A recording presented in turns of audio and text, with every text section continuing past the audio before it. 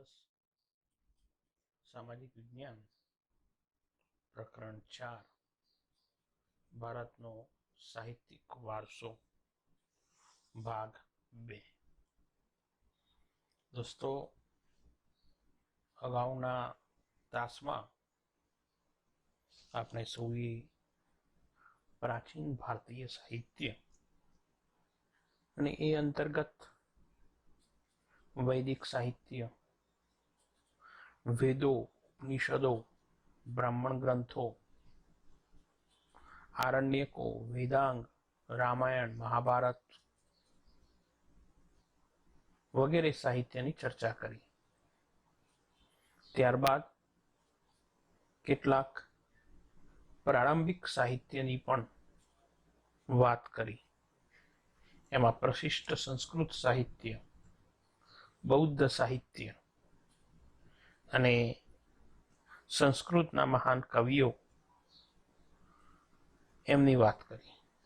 એનાથી આગળ હવે આજે આપણે જોઈશું પ્રાચીન સંસ્કૃત સાહિત્યની આપણે છેલ્લે ચર્ચા કરતા હતા અને એમાં કાલિદાસની પણ આપણે ચર્ચા કરી હતી અને કાલિદાસના નાટકોની વાત કરી હતી અને એમાં એમના ઉત્કૃષ્ટ નાટ્ય શૈલી કુમાર સંભવ, રઘુવંશ, મેઘદૂત, ઋતુસંહાર, અભિજ્ઞાન, શાકુંતલ સર્વે કાલિદાસના ગ્રંથો છે। બાણભટ્ટ લખિત હર્ષચરિત એ હર્ષવર્ધનનું જીવન ચરિત્ર છે। સાથે બાણે કાદંબરીની રચના કરેલી અને આ સમયના અન્ય પ્રસિદ્ધ ગ્રંથોમાં ભવભૂતિનું ઉત્તર રામચરિત, ભારવીનું કિરાતાર્જુનીયમ, વિશાખાદત્તનું મુદ્રા રાક્ષસ, શુદ્રકનું મૃચ્છકટિક અને દંડીનું દશકુમાર ચરિત આ ગ્રંથોના મુખ્ય વિષયો રાજકીય ઘટનાઓ, પ્રણય પ્રસંગો, રૂપકો, હાસ્ય પ્રસંગો અને તત્વજ્ઞાનથી ભરપૂર છે। આટલે સુધી આપણે ચર્ચા કરી હતી। એનાથી આગળ સાહિત્યની જ્યારે વાત કરતા હોઈએ ત્યારે એ આપણા ગુજરાત રાજ્યના સાહિત્યની ચર્ચા પણ આપણે લઈ શકીએ। જૂની ગુજરાતી એટલે કે પ્રારંભિક ગુજરાતી સાહિત્ય જે છે એ પદ્ય સ્વરૂપમાં જોવા મળે છે।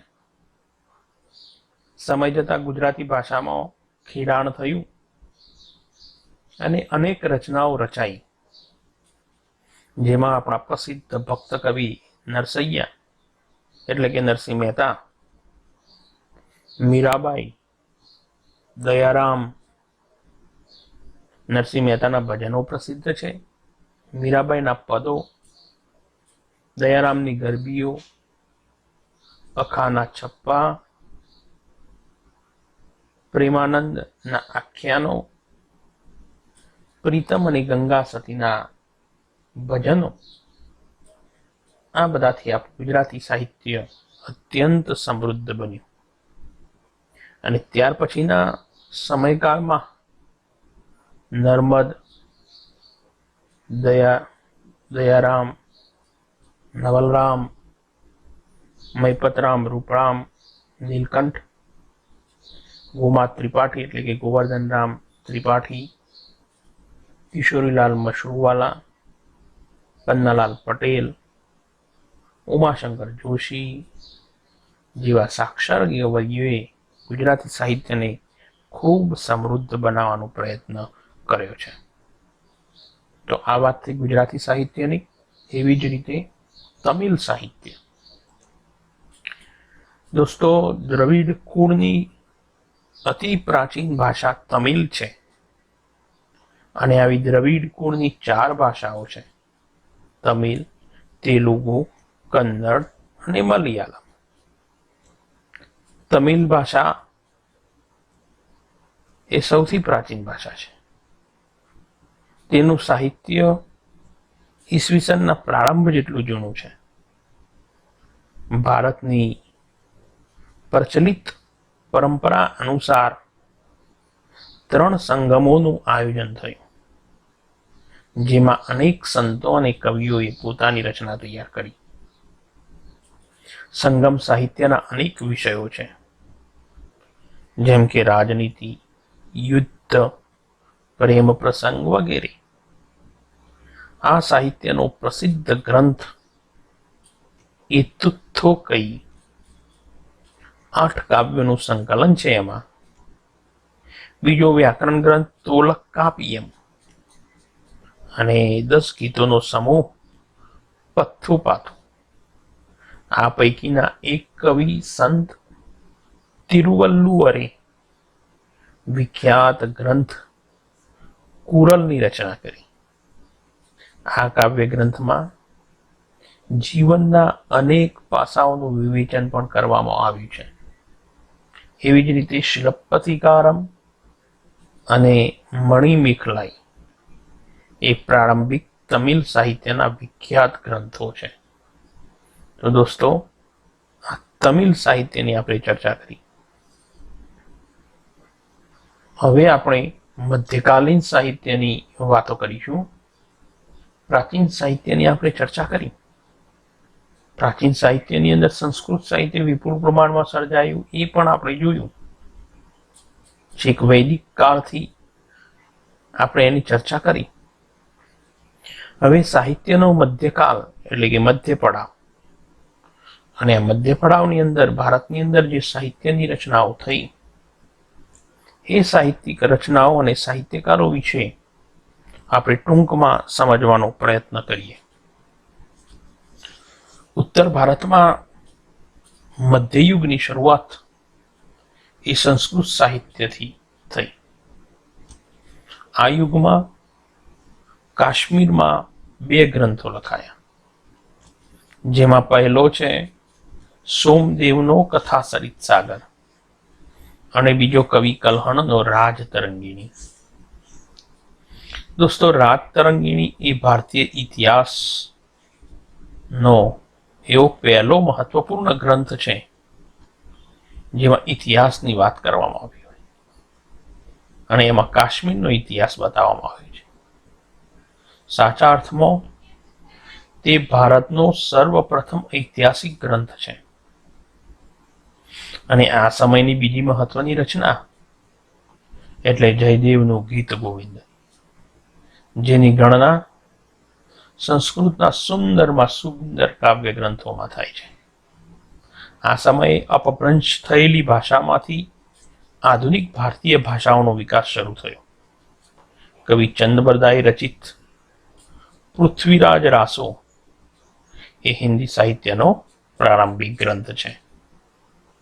પૃથ્વીરાજ ચૌહાણના વીરતાપૂર્ણ કાર્યોનું વર્ણન કરતા આ ગ્રંથની રચનાથી હિન્દી સાહિત્ય જગતમાં વીરગાથા યુગનો પ્રારંભ થયો. દોસ્તો, આમ તો હિન્દી સાહિત્યનો પ્રારંભિક ગ્રંથ પૃથ્વીરાજ ચૌહાણના રાસો એટલે કે પૃથ્વીરાજ રાસો ગણી શકાય. અને હિન્દી સાહિત્યમાં વીરગાથાનો યુગનો પ્રારંભ પણ પૃથ્વીરાજ રાસોની રચના સાથે થયેલો જોવા મળે છે, અને એની રચના કવિ ચંદ બરદાઈએ કરી. આ સમયે દક્ષિણ ભારતમાં સંસ્કૃત સાહિત્યની મોટા પ્રમાણમાં રચના થઈ, જેમાં આદિ શંકરાચાર્યનું ભાષ્ય મુખ્ય છે. આ સમયમાં દ્રવિડ કુળની જે ભાષાઓ છે એનો પણ વિકાસ થયો, અને કન્નડ સાહિત્ય પર તો જૈન ધર્મની ખાસી એવી અસર જોવા મળે છે. અને એમાં કવિ પંપા, કવિ પોન્ના અને કવિ રન્ના ની રચનાઓ અદ્ભુત છે. કવિ પંપાએ આદિપુરાણની રચના કરી, જેમાં 16માં જૈન તીર્થંકરની જીવન આલેખન છે. શાંતિપુરાણની રચના કવિ પોન્નાએ કરી, અને કવિ રન્નાએ અજીત પુરાણની રચના કરી. આ યુગના કવિઓમાં પંપા, પોન્ના અને રન્નાની પ્રારંભિક કન્નડ સાહિત્યની ત્રિપુટી ઓળખવામાં આવે છે. કવિ કંબલે તમિલ ભાષામાં રામાયણમની રચના કરી. આ ઉપરાંત તમિલ ભાષામાં અન્ય પ્રસિદ્ધ સાહિત્ય પણ રચાયું છે. મધ્યકાળ દરમિયાન હિન્દી ભાષાનો ઉદ્ભવ થઈ ચૂક્યો હતો અને એટલે હિન્દી ભાષાની અંદર પણ સાહિત્યની રચના એ જોવા મળે છે. ભારતીય ભાષાઓના વિકાસ અને સાહિત્ય કૃતિઓની રચના એ દિલ્હીની અંદર જ્યારે સલ્તનત કાળ શરૂ થયો ત્યારે જ વેગીલી બની. હિન્દી ભાષાના બે સ્વરૂપો, એક વ્રજબોલી અને બીજી ખડી બોલી. વ્રજબોલી એટલે મથુરાની આસપાસ બોલાતી બોલી છે અને ખડી બોલી એટલે કે હિન્દી ભાષાનું શુદ્ધ સ્વરૂપ. આ બંને ભાષાઓમાં અનેક ભક્તિ ગીતો રચાયા. હિન્દી અને ગુજરાતી ભાષા સાથે મળતી આવી રાજસ્થાની ભાષાની અંદર પણ વીરગાથાઓ લખાઈ. આલ્હા રાસો, ઉદલદેવ રાસો, બિસલદેવ રાસો આ સમયની વિખ્યાત વીરગાથાઓ છે. આ ઉપરાંત અન્ય ભારતીય ભાષાઓમાં પણ સાહિત્યની રચના શરૂ થઈ અને એમાં અવધી ભાષાની અંદર રચાયેલો મુલ્લા દાઉદનો ચંદ્રાયન એ અવધી ભાષાનો સૌથી જૂનો ગ્રંથ ગણવામાં આવે છે. પ્રાચીન ગ્રંથો પરના ભાષ્યો તો હજુ પણ સંસ્કૃતમાં જ રચાતા હતા. આ સમય દરમિયાન વિદેશી મુસ્લિમ રાજાઓ ભારતની અંદર શાસન કરવા માટે પહોંચી ચૂક્યા હતા અને આ વિદેશીઓ પોતાની સાથે ફારસી ભાષા લઈને આવેલા અને એ ફારસી સાહિત્ય પણ એ મધ્યકાળનું એક ઘરેણું છે. ફારસી ભાષા દિલ્હીના સુલતાનોની રાજભાષા હતી. તેના સાહિત્યની અસર રૂપે અનેક ફારસી શબ્દોનો સમાવેશ ભારતીય ભાષાઓમાં થયેલો જોવા મળે છે. આ યુગમાં અનેક ઇતિહાસકારો થયા. એમાં જિયાઉદ્દીન બર્દી એમને બે ગ્રંથોની રચના કરી. એક તારીખે ફિરોઝશાહી અને બે ફતવાએ જહાંદારી.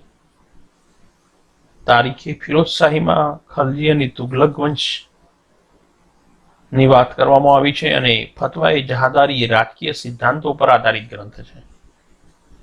આ સમયનો સૌથી મહત્વનો જો કોઈ સાહિત્યકાર હોય તો એ અમીર ખુશરો છે. તે એક ઇતિહાસકાર, રહસ્યવાદી, સંત અને સંગીતકાર હતા.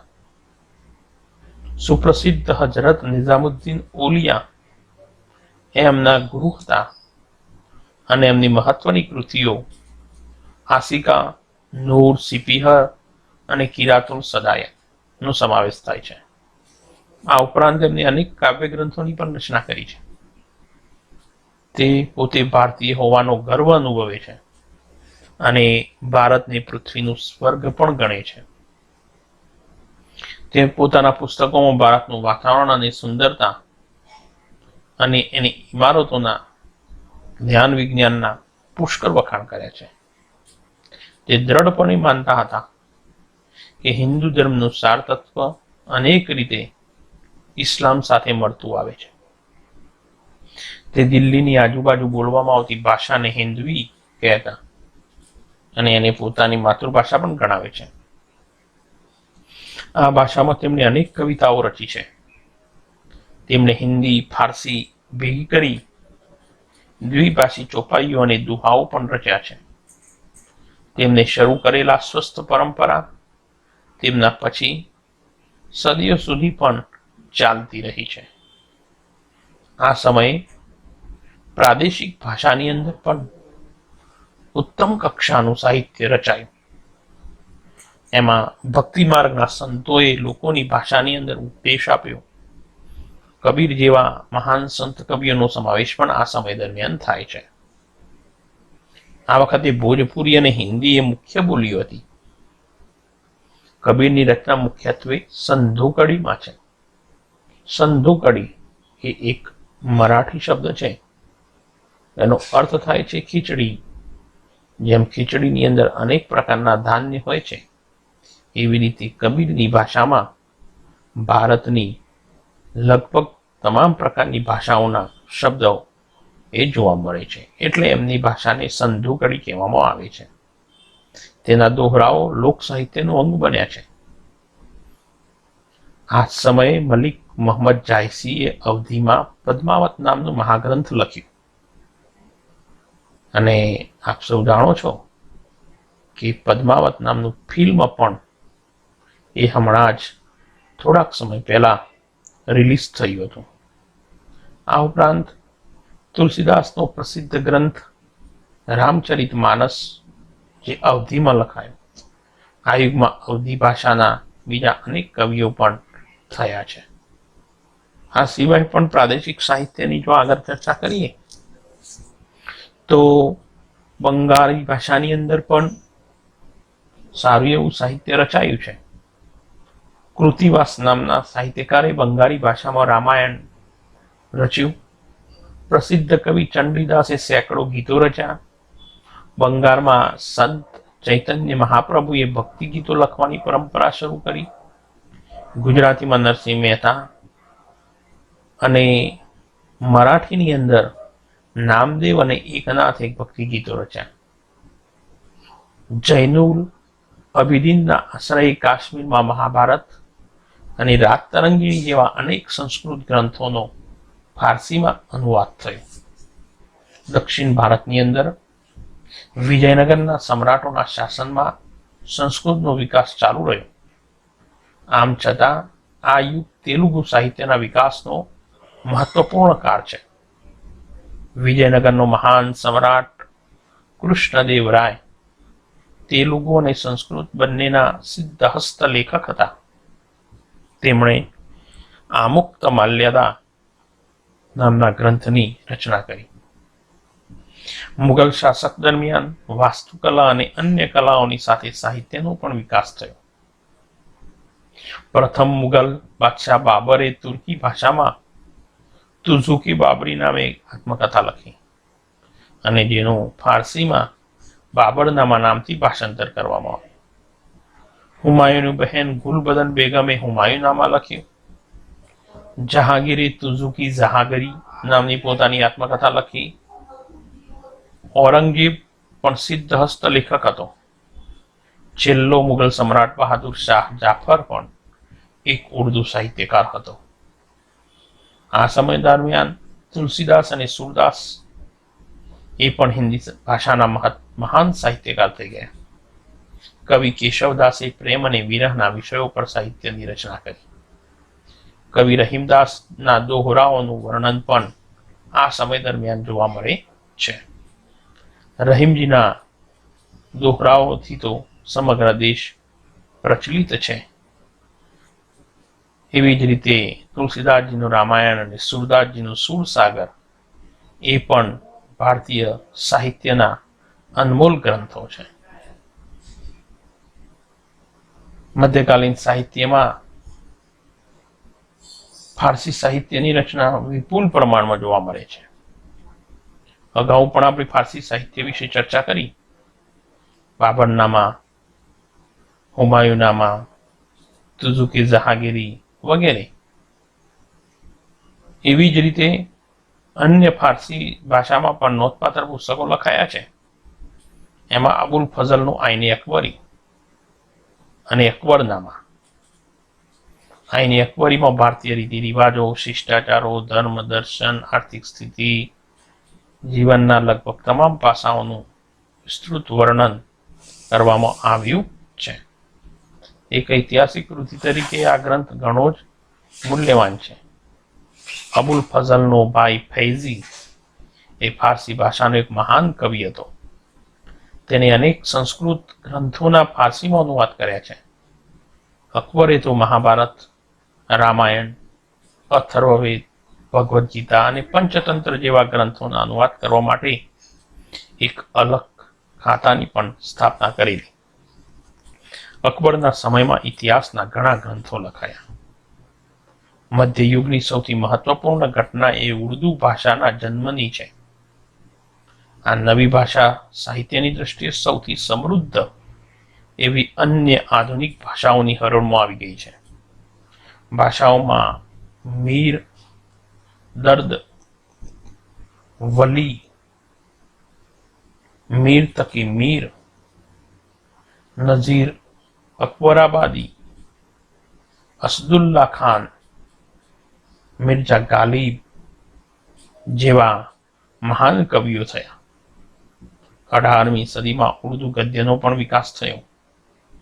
સંસ્કૃતના મોટાભાગના ઐતિહાસિક ગ્રંથોનું ઉર્દુમાં ભાષાંતર થવા લાગ્યું. એ ઉપરાંત ઉર્દુમાં અનેક મૌલિક ગ્રંથો પણ રચાયા, જેમાં મોહમ્મદ હુસૈન આઝાદનો દરબારે અકબરી એ મહત્વનો ગ્રંથ છે. દોસ્તો, આ સમય દરમિયાન પ્રાચીન ભારતની અંદર વિદ્યાપીઠો એના વિશે પણ ચર્ચા કરવી અસ્થાને નહીં ગણાય. પ્રાચીન સમયની અંદર ભારત એ વિદ્યાનું હબ ગણાતું હતું. ભારતની વિદ્યાપીઠો એ વિશ્વ પ્રસિદ્ધ હતી અને એમાં પણ નાલંદા વિદ્યાપીઠ એ અગ્રેસર હતી. વિશ્વની અંદર જ્ઞાનની શોધમાં દુનિયાના મહાન વ્યક્તિઓ એ નાલંદા વિદ્યાપીઠને મહત્વપૂર્ણ ગણતા હતા. આવો દોસ્તો, આપણી ભારતની આ ભવ્ય પરંપરામાં, વિદ્યાપીઠોની પરંપરામાં સુવર્ણ અક્ષરે લખાયેલું એક ઐતિહાસિક પુષ્પ એટલે નાલંદા. બિહારના પટના જિલ્લાના બડગાંવ નામના ગામ પાસે પ્રાચીન નાલંદા વિદ્યાપીઠ આવેલી છે. આજે તો એના ખંડેરો જ અસ્તિત્વ ધરાવે છે. ભારતીય સંસ્કૃતિમાં બૌદ્ધ અને જૈન પરંપરામાં નાલંદાનું અત્યંત મહત્વ છે. પ્રાચીન વિદ્યાપીઠમાં મહાવીર સ્વામીએ 14 ચાતુર્માસ કર્યા હોવાથી આ સ્થળ જૈન તીર્થ પણ બની છે. 5મી સદીમાં કુમારગુપ્તે અહીં એક વિહાર બંધાવ્યું. ત્યાર પછી નાલંદાની પ્રસિદ્ધિમાં વધારો થયો. ત્યાં હજારો હસ્તલિખિત ગ્રંથોના અમૂલ્ય ભંડારો હતા. નાલંદા વિશ્વવિદ્યાલય હતું. ભારતીય સંસ્કૃતિનો આ એક તીર્થધામ હતું. દેશ પરદેશથી વિદ્યાર્થીઓ અહીં અભ્યાસ કરવા આવતા. મહાન ચીની મુસાફર યુઆન સ્વાંગ પણ અહીં આવેલા. આજે તો આ મહાન વિશ્વવિદ્યાલયના માત્ર ખંડેરો જ જોવા મળે છે. આમ છતાં તે ખંડેરોમાં ફરતા ફરતા પણ દેશની ભવ્ય સંસ્કૃતિની એક ઝાંખી એ થયા વગર રહેતી નથી. નાલંદામાંથી ભણીને બહાર નીકળેલા વિદ્યાર્થીઓ ભારતનો આદર્શ વિદ્યાર્થી ગણાતો. ઈસવીસન 5મી થી 11મી સદી દરમિયાન નાલંદા શિક્ષણના સર્વોત્તમ સ્થાને હતો. આ સમયે ભારતમાં વિશ્વમાં પ્રસિદ્ધ શ્રેષ્ઠ એવા ગ્રંથાલયો હતા. તક્ષશિલા તેમજ નાલંદા વિદ્યાપીઠમાં આવેલા ગ્રંથાલયોમાં અભ્યાસ અને સંશોધન કરવા માટે દેશ વિદેશમાંથી અનેક વિદ્યાર્થીઓ આવતા. આમાંનો માત્ર યુવાન સ્વાંગ જ 657 હસ્તલિખિત ગ્રંથો પોતાની સાથે ચીન લઈ ગયા હતા. 7મી સદીમાં યુવાન સ્વાંગે મુલાકાત લીધી હતી. મહાવિદ્યાલયમાં 7 મોટા ખંડો હતા. વ્યાખ્યાન માટેના 300 ખંડો હતા. વિદ્યાર્થીઓના રહેવા માટેના ખાસ મઠો બાંધવામાં આવ્યા હતા. વિદ્યાપીઠને નિર્વાહ માટે અનેક ગામો દાનમાં મળ્યા હતા. ગામોની આવકમાંથી વિદ્યાર્થીઓને ભોજન અને વસ્ત્રો વિના મૂલ્યે પૂરા પાડવામાં આવતા. અહીંનો ગ્રંથાલય વાળો વિસ્તાર ધર્મગંજ તરીકે ઓળખાતો. ઈસવીસનની 5મી થી 11મી સદી સુધી નાલંદાની ખ્યાતિ અને સુપ્રસિદ્ધિ વિદ્યા કેન્દ્ર તરીકે થઈ હતી. એવી જ રીતે બીજી વિદ્યાપીઠ એટલે તક્ષશિલા વિદ્યાપીઠ. અત્યારે હાલ આ વિદ્યાપીઠ એ પાકિસ્તાનમાં આવેલી છે. રાવલપિંડીથી પશ્ચિમે આ પ્રાચીન વિદ્યાપીઠ હતી અને તે પ્રાચીન સમયે ગાંધાર પ્રદેશની રાજધાનીનું શહેર પણ હતું. અહીં 64 વિદ્યાઓનું શિક્ષણ અપાતું. અને મોટાભાગના વિદ્યાર્થીઓ ગુરુના આશ્રમ રહીને અભ્યાસ કરતા. ભગવાન બુદ્ધના શિષ્ય જીવકે અહીં આયુર્વેદના પાઠો શીખવ્યા. એક દંત કથા અનુસાર રઘુકુલમાં જન્મેલા રામના ભાઈ ભરતના પુત્ર તક્ષ ઉપરથી આ સ્થાનનું નામ પડ્યું હોય એવું મનાય છે. 7મા સૈકામાં એ મહત્વના વિદ્યા કેન્દ્ર તરીકે જાણીતું હતું. વિદ્યાર્થીને જે વિષયમાં રસ હોય તેનું શિક્ષણ આપવામાં આવતું. શિક્ષક પોતાની ઈચ્છા પ્રમાણે ગમે તેટલા વિદ્યાર્થીઓ ભણાવતા. છતાં સામાન્ય રીતે એક શિક્ષકની પાસે લગભગ 20 વિદ્યાર્થીઓ ભણતા. વારાણસી, રાજગૃહ, મિથિલા અને ઉજ્જૈન જેવા દૂરના નગરોમાંથી વિદ્યાર્થીઓ અહીં શિક્ષણ માટે ઉમટતા. વારાણસીના રાજકુમારો અહીં જ શિક્ષણ લેતા હતા. કૌશલ દેશના રાજા પ્રસેનજીત, વ્યાકરણ શાસ્ત્રી પાણીની અને રાજનીતિજ્ઞ કૌટિલ્યે પણ અહીં શિક્ષણ લીધું હોય મનાય છે. તક્ષશિલા ઉચ્ચ શિક્ષણનું કેન્દ્ર હતું. સામાન્ય સ્થિતિના વિદ્યાર્થીઓ ગુરુના ઘરે રહીને ભણતા. અહીં વેદ, શસ્ત્રક્રિયા, ગજવિદ્યા, ધનુર્વિદ્યા, વ્યાકરણ, તત્વજ્ઞાન, યુદ્ધ વિદ્યા, ખગોળ, જ્યોતિષ વગેરેનું શિક્ષણ આપવામાં આવતું. ચંદ્રગુપ્ત મૌર્યના ગુરુ ચાણક્ય અને ખુદ ચંદ્રગુપ્ત મૌર્યએ પણ અહીં શિક્ષણ લીધેલું. 5મી સદીની શરૂઆતમાં ચીનના ફાહિયાને આ સ્થળની મુલાકાત લીધી હતી. એવી જ રીતે ત્રીજી વિદ્યાપીઠ વારાણસી, જે આજનું કાશી, હિન્દુ ધર્મનું એક યાત્રાધામ પણ છે. ઈસવીસન પૂર્વે 7મા સૈકામાં તે ભારતનું પ્રસિદ્ધ વિદ્યા કેન્દ્ર હતું. ઉપનિષદ કાળમાં તે આર્ય સંસ્કૃતિ અને ધર્મના કેન્દ્ર તરીકે વિકસ્યું. એના રાજા અજાત શત્રુ ઉપનિષદ કાળમાં એક તત્વજ્ઞાની અને વિદ્યાના પોષક હતા. વ્યાસ સંહિતામાં મહર્ષિ વેદવ્યાસનો આશ્રય અહીં હોવાનો ઉલ્લેખ મળે છે. ભગવાન બુદ્ધે પોતાના મત પ્રચાર અને પ્રસાર માટે વારાણસી પર પસંદગી ઉતારી હતી.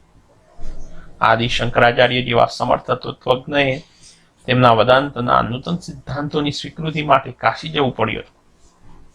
ચૈતન્ય મહાપ્રભુ અને પુષ્ટિ માર્ગના પ્રવર્તક વલ્ભાચાર્યએ પણ પોતાના વૈષ્ણવ સંપ્રદાયોની પ્રતિષ્ઠા અહીં જ મેળવી. પંજાબના વિદ્વાન કુટુંબોએ સ્થળાંતર કરવું પડ્યું. ત્યારે તેઓ મુખ્યત્વે કાશી અને થોડા પ્રમાણમાં કાશ્મીરમાં જઈને વસ્યા.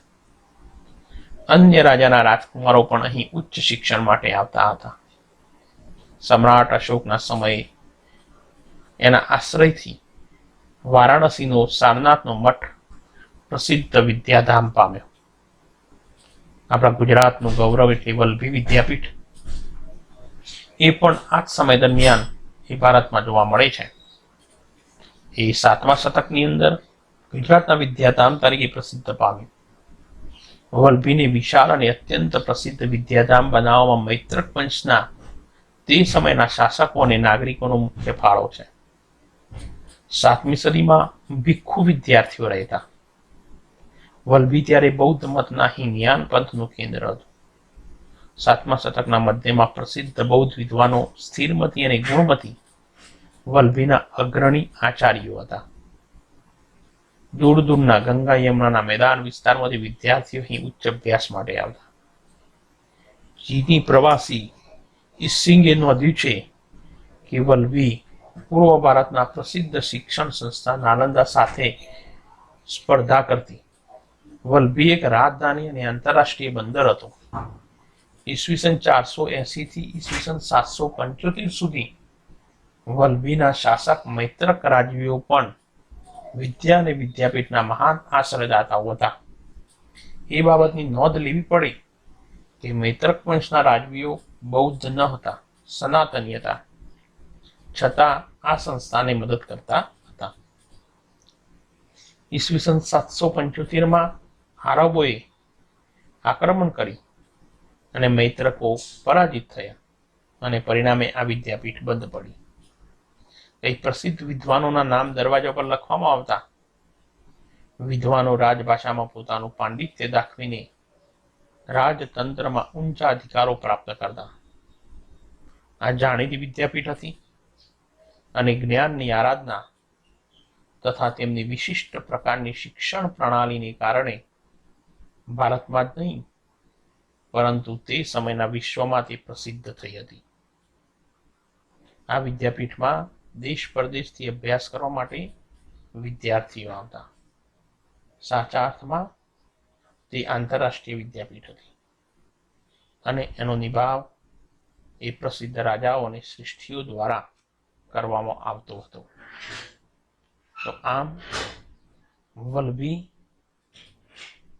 સાથે આ પ્રકરણને આપણે પૂર્ણ કરીએ છીએ. ફરીથી આ પ્રકરણની અંદર મુખ્ય બાબતો પ્રાચીન ભારતીય સાહિત્ય અને મધ્યકાલીન ભારતીય સાહિત્ય.